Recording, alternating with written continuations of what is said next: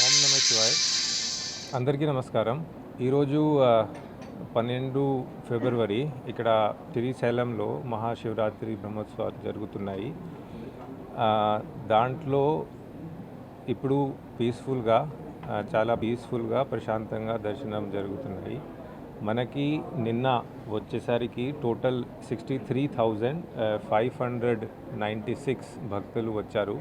వాళ్ళకి అందరికీ దర్శనం నిన్న చాలా పీస్ఫుల్గా ప్రశాంతంగా కామ్లీ అయింది. దాంట్లో 14,803 శివ భక్తులు కూడా వచ్చారు. వాళ్ళకి అందరికీ స్పర్శ దర్శనం అయింది. నిన్న ఇది ఫారెస్ట్ రూట్లో కైలాష్ ద్వారంలో 26,000 పైన వచ్చారు. వాళ్ళకి అందరికీ మెడికల్ ఫెసిలిటీస్, ఫుడ్, వాటర్ అవి అన్ని ఏర్పాట్లు ఉన్నాయి. ఎక్కడా కూడా ఎటువంటి ఏం ప్రాబ్లం లేదు. ఈరోజు ఇప్పటి వరకు 30,149 భక్తులకి దర్శనం అయిపోయింది. దాంట్లో 11,500 శివ భక్తులకి కూడా స్పర్శ దర్శనం అయిపోయింది. ఈరోజు స్పర్శ దర్శనంకి లాస్ట్ డే కాబట్టి కొంచెం స్పర్శ దర్శనంకి కొంచెం హెవీ ఇన్ఫ్లో ఉంది. కానీ టోటలీ పీస్ఫుల్గా టోటలీ కామ్ దర్శనమ్స్ జరుగుతున్నాయి. మనకి ఇప్పటి వరకు కైలాష్ ద్వార్ ఫారెస్ట్ రూట్లో 18,000 పైన వచ్చారు. 15th ఫిబ్రవరి మహాశివరాత్రి రోజు కూడా మేము మోర్ దెన్ 1.5 lakh భక్తులు దర్శనంకి వస్తారు అని ఎక్స్పెక్ట్ చేసి ఆల్ సోర్ట్స్ ఆఫ్ అరేంజ్మెంట్స్ మేము చేశాము. సెక్యూరిటీ అరేంజ్మెంట్స్ కానీ, వెహికల్ అరేంజ్మెంట్స్ కానీ, వచ్చిన వాళ్ళకి అందరికీ ఫుడ్, వాటర్, శానిటేషన్, బాదింగ్ ఘాట్స్ దగ్గర స్విమ్మర్స్, బోట్స్, మెష్, సో ఇవి అన్ని అరేంజ్మెంట్స్ ఉన్నాయి. అండ్ దర్శనం చాలా పీస్ఫుల్గా కామ్ఫుల్గా. ఇప్పుడు జరుగుతున్న మున్సిపల్ ఎన్నికల్లో తెలంగాణ రాష్ట్ర ప్రజానీకం స్పష్టమైన తీర్పు ఇవ్వడం జరిగింది.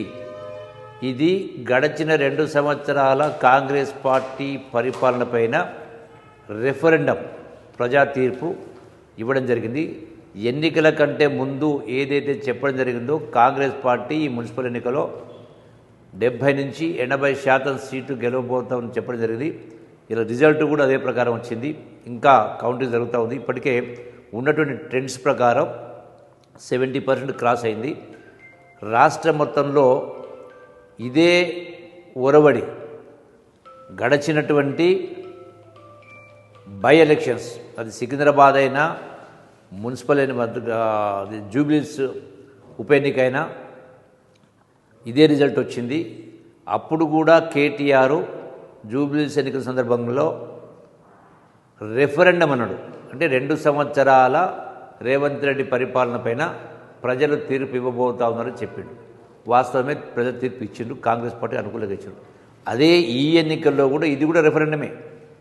2 సంవత్సరాల పరిపాలన పైన 100% కాంగ్రెస్ పార్టీకి ప్రజలు బ్రహ్మరథం పట్టిండ్రు. రేపు రాబోయేటువంటి స్థానిక సంస్థ ఎన్నికలు, అది ఎంపీపీ కావచ్చు, జడ్పీటీసీ కావచ్చు, ఏదైనా కూడా వాటిపైన కూడా ప్రజలు ఇదే తీర్పు ఇవ్వబోతూ ఉన్నారు. అట్లాగే అవిభక్త మహబూబ్నగర్ జిల్లాలో కూడా మెజారిటీ సీట్లు కాంగ్రెస్ పార్టీ గెలవబోతూ ఉంది. అట్లాగే అక్కడ పెద్దపల్లి కావచ్చు, ఆదిలాబాద్ కావచ్చు, ఇదే విధమైనటువంటి ఒరవడి కనపడతా ఉంది. మా కొల్లాపూర్కు సంబంధించి 19లో 16 గెలవడం జరిగింది. అట్లాగే నాగర్కర్నూలు అయినా, కల్వకుర్తి అయినా, వనపర్తి అయినా అన్ని చోట్ల కూడా ఎక్సెప్ట్ 1 or 2 ప్లేసెస్ తప్ప అన్ని చోట్ల కూడా మెజార్టీ సీట్లు గెలుచుకుంటా ఉన్నాం. ఇదే ఒరవడి రాబోయే ఎన్నికలు ఏ వచ్చినా కూడా కాంగ్రెస్ పార్టీ హస్తగతం కాబోతూ ఉంది. అంటే ప్రజల తీరు స్పష్టంగా ఉంది. ఇంకా 3 సంవత్సరాల పరిపాలన చేసేది ఉంది.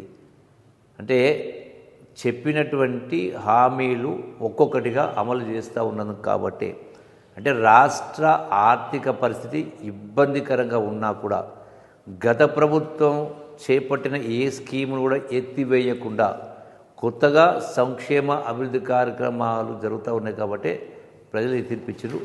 ఇది ఇటు బీఆర్ఎస్ పార్టీకి బీజేపీ పార్టీకి కనువిప్పు కలగాల. గౌరవ ముఖ్యమంత్రి రేవంత్ రెడ్డి గారి నాయకత్వంలో ఈ రోజున ఈ యొక్క రిజల్ట్ రావడం జరిగింది. అట్లాగే పీసీసీ ప్రెసిడెంట్ కావచ్చు, ఇట్లా క్యాబినెట్ కావచ్చు, ఇలా కాంగ్రెస్ పార్టీ శ్రేణులు ఎమ్మెల్యేలు కావచ్చు, ఎమ్మెల్సీలు కావచ్చు, ఈవెన్ పార్టీ క్యాడర్ కావచ్చు, అందరూ కూడా కాంగ్రెస్ పార్టీ పట్ల పూర్తిగా అంటే ఐకమత్యంతో ఉండి ఒక యునైటెడ్ ఎఫర్ట్ ఎక్కడ కూడా విభేదాలు లేకుండా చేస్తున్న కారణంగానే ఈ రిజల్ట్ వచ్చింది. ఇది కనువిప్పు కలగాల బీఆర్ఎస్ బీజేపీ పార్టీలకు. ఉద్యమకారుల సభ పేరుతో కల్వకుంట్ల కవిత తన అంచెలతో ఒక సమావేశాన్ని ఏర్పాటు చేసుకొని కోదండరామ్ గారి పట్ల చేసిన వ్యాఖ్యల్ని తెలంగాణ జనసమితి తీవ్రంగా ఖండిస్తూ ఉంది. కవిత గారు ఆడపిల్లగాన్ని గౌరవిస్తాం, తెలంగాణ పౌరాలుగా గౌరవిస్తాం, కానీ టీఆర్ఎస్ పార్టీ నాయకురాలుగా 10 ఏళ్ల పాటు అధికారాన్ని చెలాయించి తెలంగాణ ఉద్యమ ఆకాంక్షలను గాలికి వదిలిపెట్టి నువ్వొక వైపు, నీ అయ్యొక వైపు, నీ అన్నొక వైపు, నీ బావలు ఒకవైపు, నీ తమ్ముళ్ళు ఒకవైపు తెలంగాణని దోచుకొని తెలంగాణ ఉద్యమ ఆకాంక్షల సాధన కొరకు, తెలంగాణ పునర్నిర్మాణం కొరకు నినదించినందుకు కోదండరామ్ సార్ ఇల్లు పలగొట్టిన రోజు నువ్వు ఎక్కడ పోయినావు? ఆ రోజు అధికారం మత్తులో అహంకారంతో విర్రవీగినటువంటి మీరు నిరుద్యోగుల తరపున కొట్లాడుతున్నందుకు కోదండరామ్ సార్ ఇల్లు పలగొట్టిన రోజు కొట్టారు కదా. లేదా ఉద్యమకారుల ఆకాంక్షలు సాధించాలి, తెలంగాణ అమరవీరుల యొక్క ఆకాంక్షలు నెరవేర్చాలని చెప్పి డిమాండ్ చేస్తూ తెలంగాణ అమరవీరుల స్ఫూర్తి యాత్ర కొనసాగిస్తున్నప్పుడు అడుగడుగున ఆటంకాలు కల్పించి 100 సార్లు అరెస్ట్ చేసి ఆనాడు ఉద్యమకారులను జైళ్ళ పాలు చేస్తుంటే నువ్వు ఎక్కడ పోయినావు? ఈరోజు మీ కుటుంబంలో వచ్చినటువంటి ఆస్తి పంపకాలలో నీకు తెలంగాణ ఉద్యమకారులు గుర్తుకొచ్చిండ్రు. నీకైనా మీ అయ్యకైనా ఎప్పుడైనా మీ కుటుంబం అధోగతి పాలవుతున్నప్పుడల్లా, మీ ఇమేజ్ దెబ్బతింటున్నప్పుడల్లా, మిమ్మల్ని తెలంగాణ ప్రజలు మర్చిపోతున్నప్పుడల్లా తెలంగాణ ఉద్యమము, తెలంగాణ అనే పేరుతోటి ముందుకు వస్తూ ఉంటారు, పిడికిలు బిగిస్తూ ఉంటారు. ఎస్, మేము కాంగ్రెస్ పార్టీకి మద్దతు ఇచ్చినాం. ఎందుకు ఇచ్చినాం?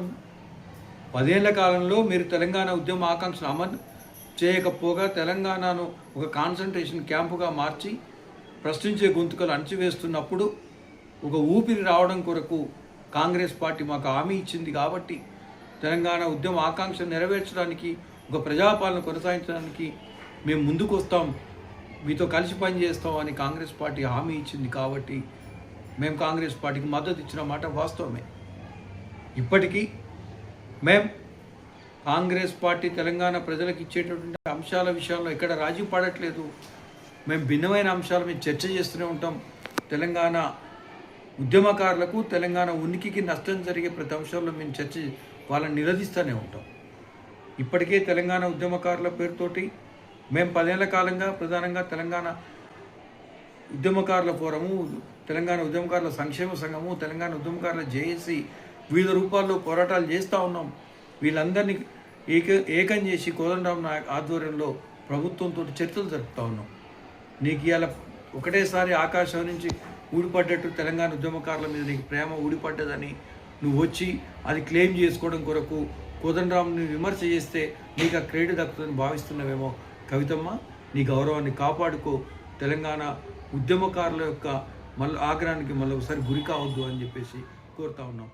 జై లాగులో తొండలు ఇచ్చిపోతా బిడ్డ, నేను అనుకుంటున్నాను నా సంగతి ఇంకా తెలియదు. మీ నాయనని అడిగి ఇంటికి పోయి చెప్తాడు.